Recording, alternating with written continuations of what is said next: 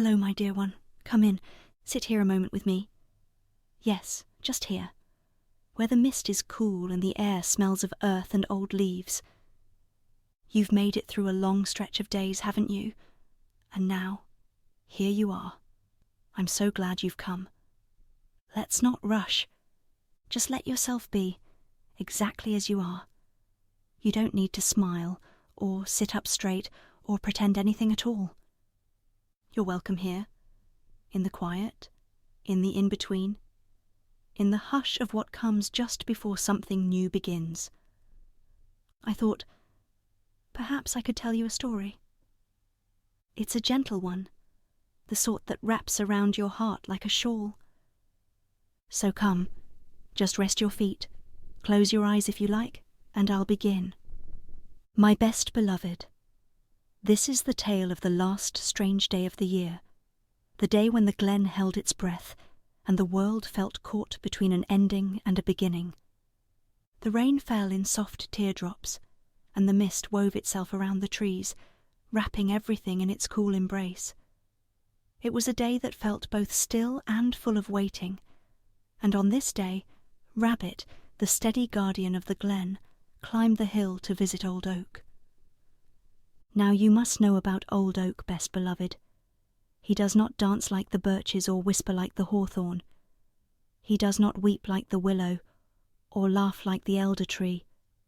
Old Oak stands silent, his roots as old as the hills, and his bare winter branches reaching for the sky as if to steady it.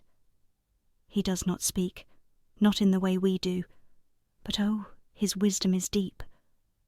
And on this last strange day, Rabbit decided it was time to ask him for it. Rabbit stood at the edge of his warren, his satchel slung across his shoulder. Inside he had packed gifts, meadow grasses still sweet from the frost, a slice of hazelnut bread, and a jar of wild honey. Rabbit, you see, knew that when you seek wisdom, you must bring something to offer. Just as Rabbit stepped onto the path, a shadow passed over him. He looked up and saw Hawk, her wings stretched wide as she glided through the mist. She circled once, then swooped low, landing on a branch nearby. Her golden eyes, sharp and knowing, fixed on Rabbit. "Where are you going, Rabbit?" she asked, though her tone suggested she already knew. "To Old Oak," said Rabbit, standing tall beneath her gaze.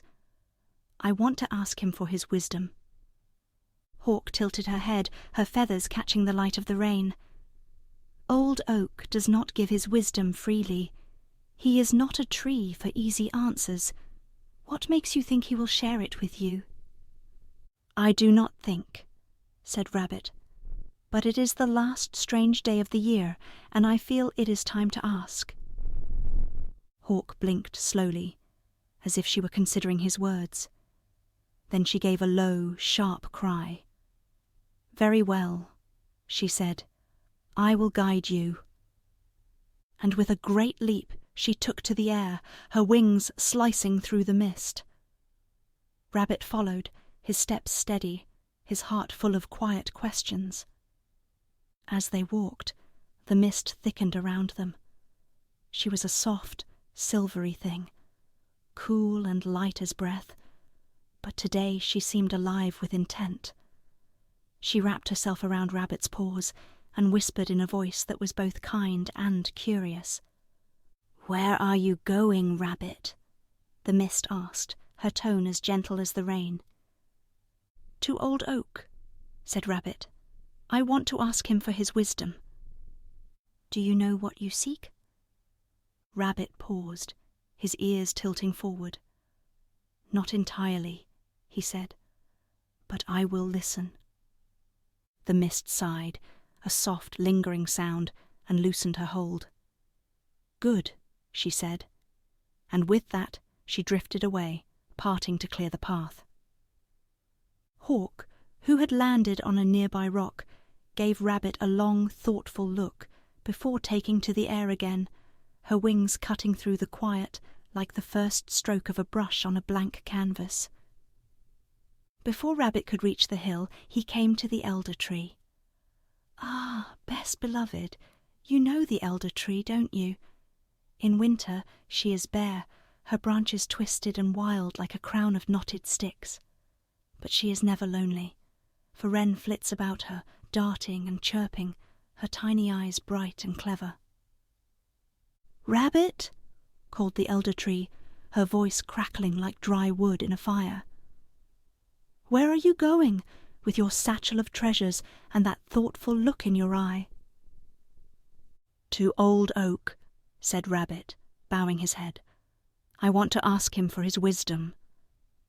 The elder tree hummed a low, slow hum, and Wren darted down from her branches, landing lightly at Rabbit's feet. "And what makes you think Old Oak will share his wisdom with you?"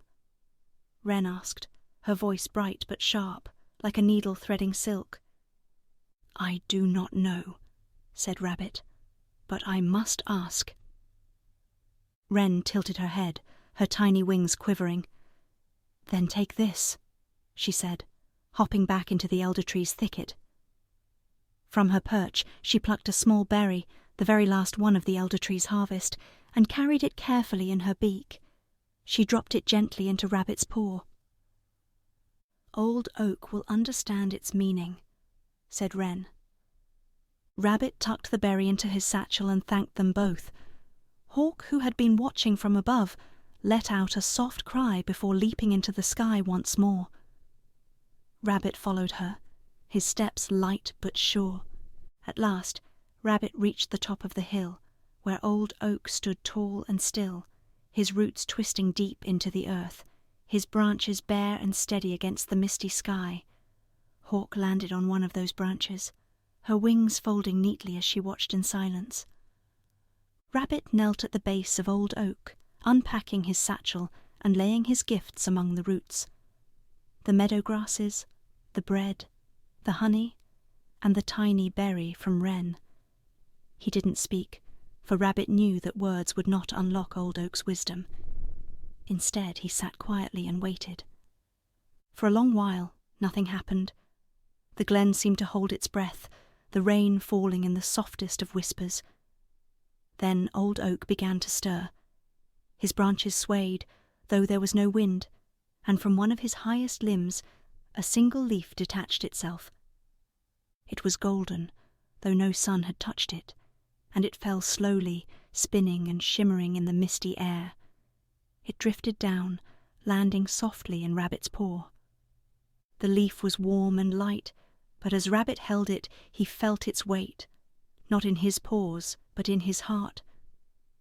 The leaf did not speak, but it carried a truth, that endings and beginnings are woven together, that stillness holds strength, and that every strange day will pass into something new.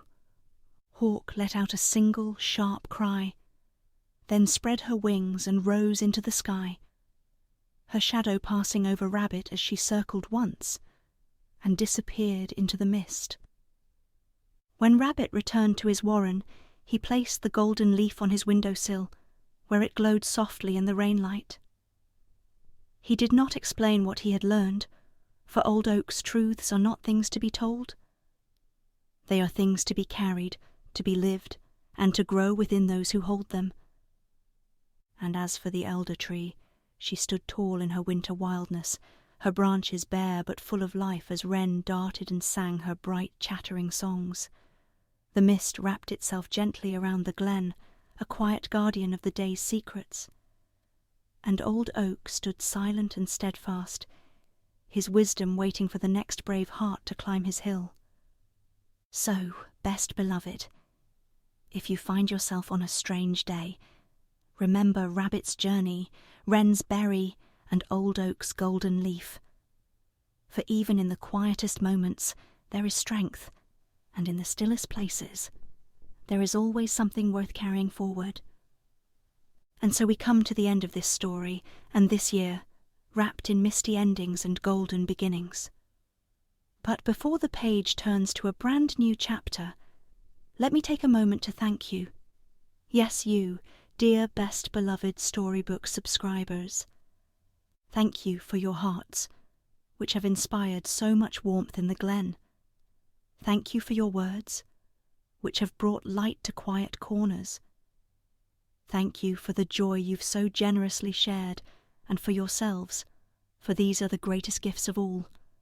This year, your company has been the golden leaf on the windowsill, the gentle song of the wren, and the guiding cry of the hawk. You have made the glen a little brighter, a little kinder, and a little more magical with every story you've read and every moment you've shared. As the last strange day of this year drifts into sight, and will soon drift into memory, I wish you all the best for the coming days. May you find comfort in stillness, courage in quiet questions, and joy in the simplest of wonders. And, like old oak, may you stand tall and steady, ready to embrace the magic of what's next.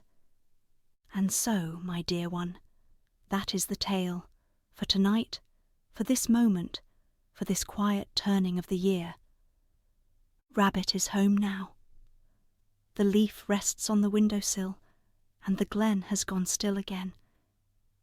If you are holding something, I hope it feels just a little lighter. If you were searching for something gentle, I hope this story found its way to you just in time. And if you are weary, let this be your sign that it's all right to rest.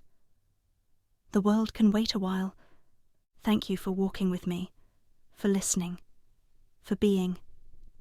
You are never too late, never too much, never alone in this glen.